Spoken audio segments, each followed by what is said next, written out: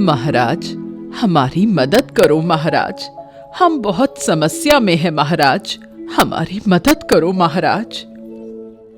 दादी माँ, आपकी क्या परेशानी है दादी माँ? आप क्यों इतनी परेशानी में हो? महाराज, ये मेरा पोता है, इसके माता पिता की मृत्यु हो गई है, इसलिए अब हम दोनों ही एक दूसरे का सहारा हैं। पर हम शूद्र जाति के हैं, इसलिए मेरे पोते को कोई काम भी नहीं दे रहा है। महाराज, कृपा करके मेरे पोते को कुछ काम दीजिए ताकि हम हमारा गुजारा कर सके। दादी माँ, मुझे ये सुनकर बहुत दुख हुआ कि मेरे राज्य में जाति भेद चल रहा है। मंत्री जी, आप इस लड़के को हमारे बगीचे में देखरेख का काम दे दीजिए और जल्दी पता कीजिए कि हमारे राज्य में कौन जाति भेद कर रहा है और उसे सजा दीजिए। याद रखना, हमारे राज्य में कभी भी ऊंच नीच जाति में भेद नहीं होना चाहिए। हम सभी को समान मानते हैं।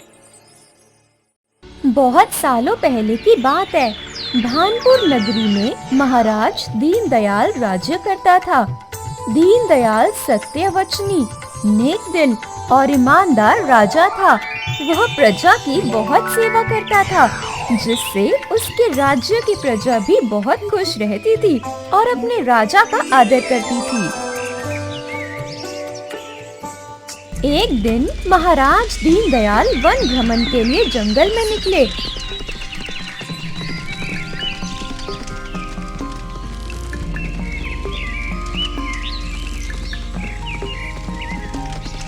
चलते चलते वह जंगल में काफी दूर तक आ गए और फिर वह झरने के पास रुके। आहा, कितनी शांति है यहाँ पर। राज्य कारोबार की चिंताओं से दूर इस वन में आकर मेरा मन प्रफुल्लित हो उठा है। मैं अपार शांति का अनुभव कर रहा हूँ। मैं अब कुछ देर यहीं गुजारता हूँ। ऐसा सोचकर महाराज दीनदयाल वहीं पर उस मनमोहक दृश्य में खो गए। पर कुछ ही देर बाद उन्हें किसी के चिल्लाने की आवाज आई। बचाओ, हमें बचाओ, हमें कोई बचाओ, बचाओ। अरे, ये आवाज कैसी? ये आवाज तो उसी ओर से आ रही है। लगता है कोई बड़े संकट में है। चलो, मैं जाकर देखता हूँ। महाराज उसी ओर निकल गए जिस ओर से वह आवाज आ रही थी।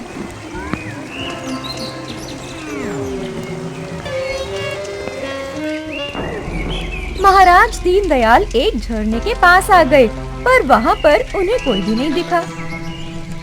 अरे, यहाँ पर तो कोई भी नहीं है। फिर वो आवाज किसकी थी?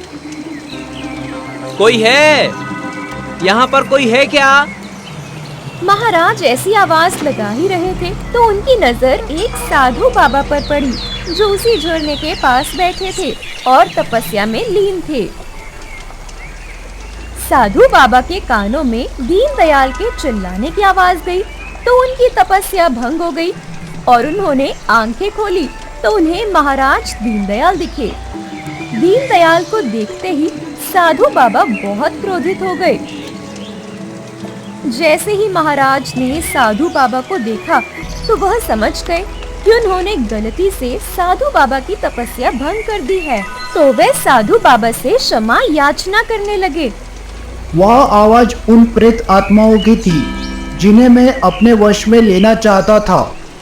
मेरी यह तपस्या पूरी होने ही वाली थी, परंतु तूने मेरी तपस्या भंग कर दी। मैं तुझे श्राप देता हूँ कि तू अभी के अभी इस राजा से एक गरीब भिखारी बन जाएगा। साधु बाबा का श्राप देते ही राजा एक गरीब के रूप में बदल गए। अरे अरे, ये क्या हो गया? क्या हो गया? साधु बाबा, मुझे माफ कर दो, मुझे माफ कर दो साधु बाबा। जो भी हुआ वो मैंने जानबूझकर नहीं किया। मेरे हाथों गलती से आपकी तपस्या भंग हो गई। मुझे माफ कर दो साधु बाबा। यदि मैं ऐसा रहा तो मेरे राज्य और प्रजा का क्या होगा? मुझे माफ कर दो साधु बाबा। महाराज ने बहुत विनती की, तब साधु बाबा का क्रोध शांत हुआ। ठीक है पुत्र, रुको। मैं मेरा श्राप तो वापस नहीं ले सकता, पर इस श्राप के निवारण का रास्ता बता सकता हूँ। ठीक है साधु बाबा, बताइए। सुनो, जब भी कोई राजकुमारी खुद होकर तुम्हें इसी गरीब के रूप में स्वीकार करेंगी और तुम्हारे साथ विवाह करने के लिए तैयार होगी और तुम्हारे गले में वरमाला डालेंगी, तभी तुम्हारा यह श्राप नष्ट हो जाएगा और तुम राजा के वेश में आ जाओगे। ठीक है साधु बाबा, तुम्हारा शुक्रिया। फिर दीनदयाल उदास मन के साथ वहाँ से निकल गया। वह बड़ी सोच विचार में पड़ गया था। उसे कुछ समझ नहीं आ रहा था कि अब क्या होगा, कहाँ जाना है। मैंने ये कैसी गलती कर दी? हे भगवान, हे ऊपर वाले, मेरे कौन से कर्मों का फल तुम मुझे दे रहे हो? भला कोई राजकुमारी मुझ जैसे गरीब के साथ क्यों शादी करेगी? मुझे तो लगता है मैं इस श्राप से कभी भी मुक्त नहीं हो पाऊंगा। ऐसा सोचकर दीनदयाल जंगल के रास्ते से आगे निकल गया। चलते चलते उसे शाम हो गई। तभी उसे एक बूढ़ी माँ दिखाई दी। अरे, इतने घने जंगल में इस शाम को ये बूढ़ी माँ यहाँ पर क्या कर रही है? चलो जाकर पूछता हूँ।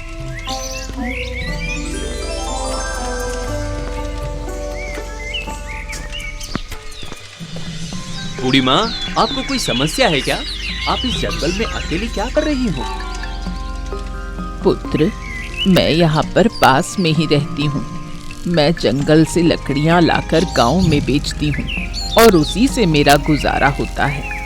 पर आज लकड़ियाँ थोड़ी ज्यादा हो गई हैं, इसलिए मैं उन्हें उठा नहीं पा रही हूँ। क्या आप इस जंगल में रहती हो? आपका घर नहीं है क्या? आपके बच्चे या बहू नहीं है क्या? मेरे 2 पुत्र हैं और उनकी पत्नियां भी हैं, जो पास के गांव में रहते हैं। पर अब मैं बूढ़ी हो गई, इसलिए उन्होंने मुझे घर से निकाल दिया। तब से मैं इस जंगल में झोपड़ी बनाकर अकेली ही रहती हूँ। राम राम राम राम। कैसे लोग हैं ये, जिन्होंने उन्हें इस दुनिया में लाया, उन्हें ही उन्होंने बुढ़ापे में घर से निकाल दिया। देखना, उनके बच्चे भी उनको बुढ़ापे में उन्हें भी घर से निकाल देंगे। बूढ़ी माँ, तुम चिंता मत करो। आज से मैं तुम्हारा सहारा बनूंगा। मैं तुम्हारे साथ ही रहूंगा। मैं काम पर जाते जाऊंगा और पैसे लाते जाऊंगा। तुम सिर्फ झोपड़ी में रहकर हम दोनों के लिए खाना बनाते जाना। अभी मैं ये तुम्हारी लकड़ियां लेकर चलता हूँ। ठीक है पुत्र, शायद भगवान को मुझ पर दया आ गई, इसलिए उन्होंने तुम्हें मेरे पास भेज दिया। चलो अब। फिर बूढ़ी माँ और दीनदयाल झोपड़ी की ओर निकल गए।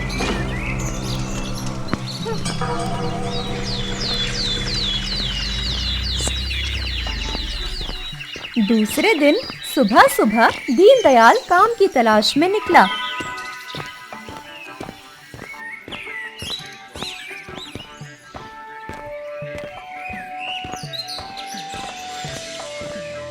वह गांव के सेठ के पास गया और उन्हें काम के बारे में पूछा। देखो दीनदयाल, मेरे पास काम तो है, पर मैं तुम्हें इस गांव में पहली बार देख रहा हूँ। मैं कभी भी अनजान इंसान पर भरोसा नहीं करता, इसलिए मैं तुम्हें काम नहीं दे सकता। सेठ जी, मैं एक सच्चा और ईमानदार इंसान हूँ। मैं कभी किसी के साथ धोखा नहीं करता। आप मुझे आधी पगार देंगे तो भी मैं तुम्हारे पास काम करने के लिए तैयार हूँ। मुझे काम पर रख लो सेठ जी, मुझे काम की बहुत जरूरत है। क्या आधे पगार में भी काम करोगे? ठीक है, तो मैं बाकी मजदूरों को दिन के 4 रुपए देता हूँ। तुम्हें मैं दिन का 2 रुपया ही दूंगा। मुझे चलेगा सेठ जी, आप सिर्फ काम बताइए। आज से तुम मेरा नीम वन वाला खेत संभालो। ठीक है सेठ जी, मैं अभी खेत में जाता हूँ। फिर दीनदयाल हाल लेकर खेत की ओर निकल जाता है।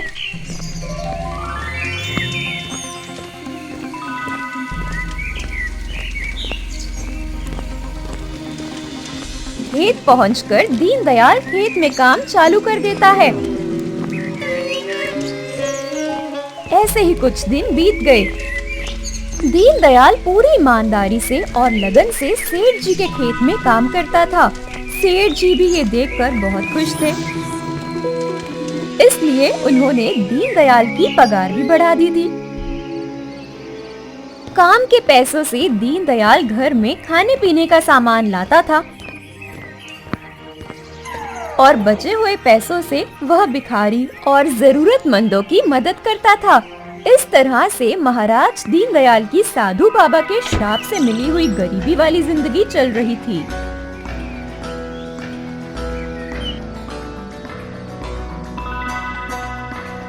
महाराज, क्या हो गया महाराज आपको? आप इतने उदास क्यों हो? मंत्री जी, आपको तो पता ही है, मेरी बड़ी पुत्री कलावती अब विवाह योग्य हो गई है। पर जो भी वर कलावती को देखने आता है वह मेरे छोटी पुत्री चंद्रावती को ही पसंद कर लेता है। गिरजानगर राज्य में महाराज काशीराम राज्य करते थे। महाराज काशीराम की 2 पुत्रियां थी, कलावती और चंद्रावती। कलावती का रंग थोड़ा सांवला था, पर वह मन से बहुत अच्छी थी और एक नेक दिल थी। तो चंद्रावती को खुद के सुंदरता पर बहुत घमंड था। वह हर बात पर कलावती का मजाक उड़ाती रहती थी। अरे मेरी कालू बहना, कब शादी करोगी तुम? तुम्हारी वजह से मेरी भी शादी नहीं हो रही है। मुझे भी तो पतिदेव के घर जाना है ना। चंद्रावती, मैं शादी करने के लिए तैयार हूँ, पर कोई वर मुझे पसंद ही नहीं करता। वे मुझे देखने आते हैं और तुम्हें पसंद कर लेते हैं। अब इसमें मैं क्या करूँ? इसलिए मेरे जैसा सुंदर रूप लेकर आना पड़ता है इस दुनिया में। तो जैसे कुरूप को कौन पसंद करेगा? देखना, कोई भी तेरे साथ शादी नहीं करेगा। हूँ तो हूँ मैं काली। भगवान ने मुझे इस दुनिया में भेजा है तो मेरा जोड़ीदार भी भेजा होगा। वह मुझे कैसे न कैसे मिल ही जाएगा। वैसे भी असली सुंदरता तो मन में होनी चाहिए। तन की सुंदरता तो सिर्फ दिखाने के लिए होती है। जिस इंसान का मन सुंदर और सच्चा है, वही इंसान जीवन में और रिश्तों में सफल हो सकता है। इसी तरह रोज चंद्रावती कलावती को ताने मारती रहती है और कलावती चंद्रावती को समझाने की कोशिश करती है। एक दिन कलावती और चंद्रावती कुछ सैनिकों के साथ वन भ्रमण के लिए निकली। जंगल में वह काफी अंदर तक चले गए। तभी उन्हें एक युवक बुरी हालत में रास्ते पर पड़ा हुआ दिखा। पानी, पानी, पानी, पानी। अरे अरे, रथ रोको। लगता है उस व्यक्ति को हमारी मदद की जरूरत है। नहीं, हम राजकुमारियां हैं। हम किसी गरीब भिखारी की मदद क्यों करेंगे? वैसे भी बाहर कितनी धूप है। मैं इस छत से बाहर निकलूंगी तो मेरा सुंदर रूप काला पड़ने लगेगा। राजकुमारियां इंसान नहीं होती क्या? इंसानियत के नाते हमारा यह फर्ज है कि संकट के समय जरूरतमंद की मदद करना। और ऐसी सुंदरता किस काम की जो किसी की जान बचाने के काम नहीं आ सकती। तुम्हें नहीं आना तो तुम रथ में ही रुको। सैनिकों, चलो मेरे साथ उस युवक के पास। फिर कलावती और सैनिक उस युवक के पास जाते हैं। वह युवक कोई और नहीं, दीनदयाल ही था। अरे, ये तो पानी मांग रहा है। सैनिकों, तुम इसे उठाओ और पेड़ की छांव में बिठाओ। मैं जल्दी से रथ में से पानी लाती हूँ। फिर कलावती पानी लाने गई और सैनिकों ने दीनदयाल को पेड़ की छांव में लाया।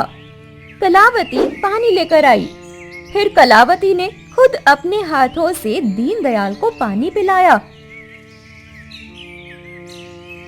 पानी पीने के कुछ देर बाद दीनदयाल को अच्छा लगने लगा। हे युवती, आज तुमने मेरी जान बचा ली।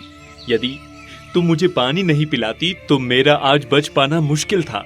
तुम्हारा ये उपकार मैं कभी नहीं चुका पाऊंगा। तुम्हारा बहुत बहुत शुक्रिया। हे युवक, मैंने कोई उपकार नहीं किया।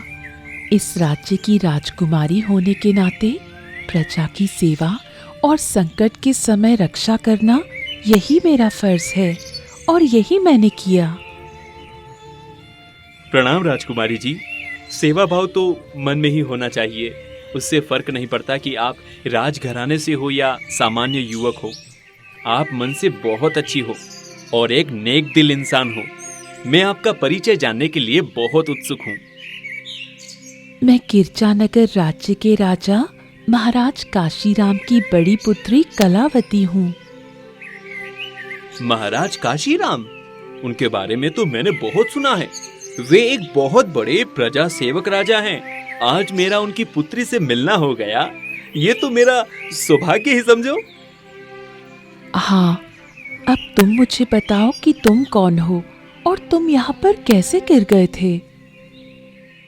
मेरा नाम दीनदयाल है। मैं पास ही के गांव में रहता हूँ और सेठ जी के खेत में काम करता हूँ।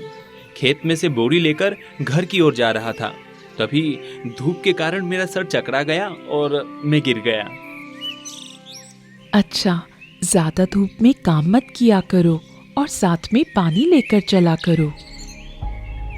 हाँ हाँ राजकुमारी जी, अब से मैं पानी साथ में ही रखते जाऊंगा। ठीक है, अब मैं चलती हूँ। ध्यान रखना अपना। फिर राजकुमारी और सैनिक रथ के पास आ गए और वे सब राजमहल की ओर निकल गए। पर इधर दीनदयाल राजकुमारी कलावती के बारे में ही सोच रहा था। इतने बड़े राज्य की राजकुमारी होकर भी थोड़ा सा भी घमंड नहीं है। इतनी इंसानियत की एक गरीब को खुद पानी पिलाया। ऐसी मन से साफ और नेक दिल की लड़की मैंने आज तक नहीं देखी। यदि मैं मेरे राजा वाले वेश में होता तो मैं पक्का इसे मेरी रानी बनाता। ऐसा ही सोचते सोचते दीनदयाल बोरी लेकर घर की ओर निकल गया।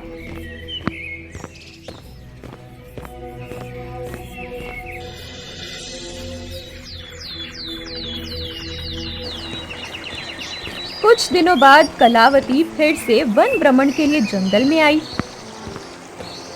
थोड़ी ही दूर चलने पर उसे एक बांसुरी की मधुर धुन सुनाई देने लगी।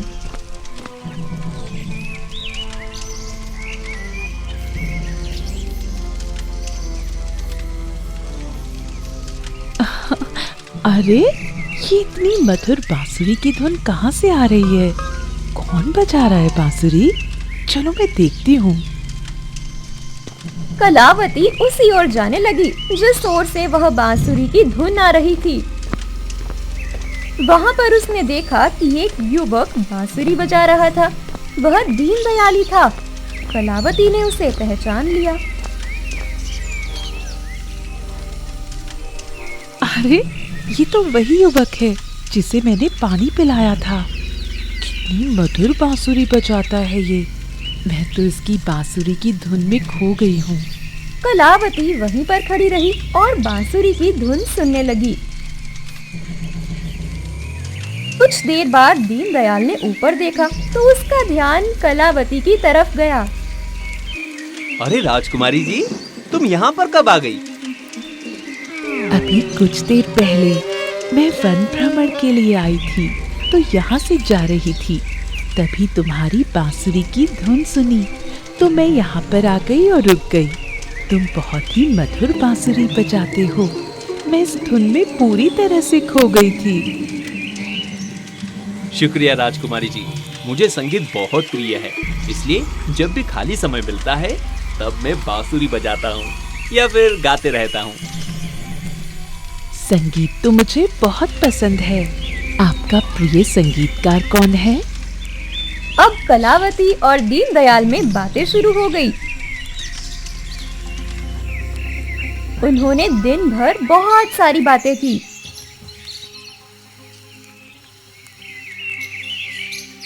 दीनदयाल, इतनी जल्दी शाम भी हो गई, हमें पता भी नहीं चला। अब मुझे राजमहल जाना होगा, नहीं तो पिताश्री चिंतित हो जाएंगे। हाँ, कब पूरा दिन चला गया पता भी नहीं चला। मुझे तो तुम्हारे साथ और बहुत सारी बातें करनी है। बातें तो मुझे भी करनी है। मेरा तो थोड़ा भी जाने का मन नहीं है। पर जाना ही होगा। मैं कल तुमसे फिर मिलने आऊंगी। फिर कलावती राजमहल के लिए वापस निकल गई।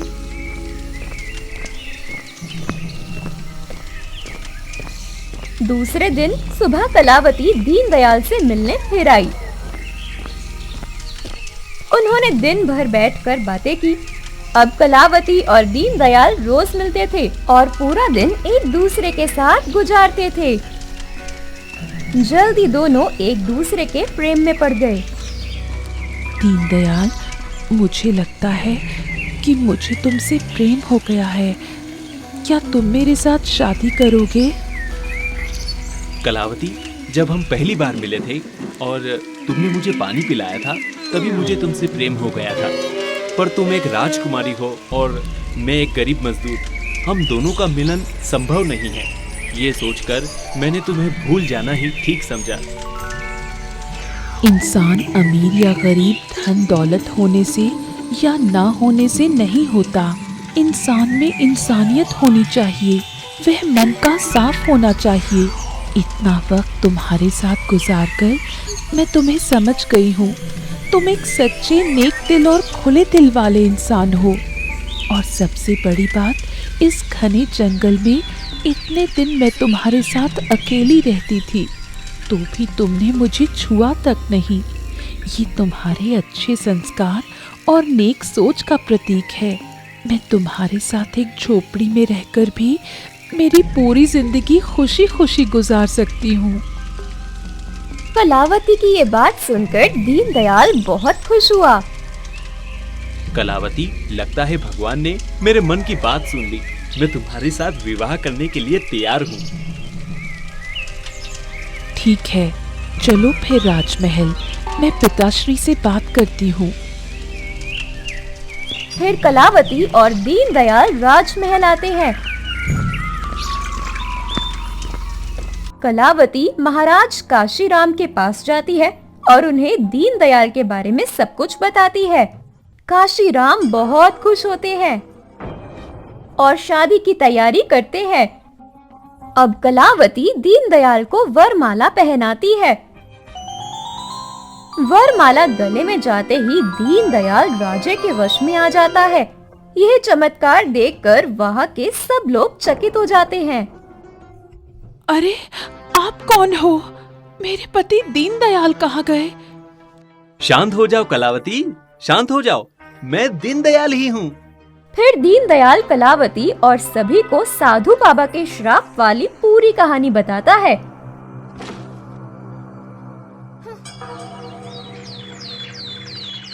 कहानी सुनकर सभी का भय दूर हो जाता है। कलावती के इतने बड़े और सुंदर दिखने वाले राजा के साथ शादी हुई। ये देखकर चंद्रावती को बहुत जलन होती है, पर अंत में जीत तो इंसानियत की ही होती है। जिस इंसान में इंसानियत है, वह इंसान संघर्ष जरूर करता है, पर अंत में उसे विजय मिलती ही है।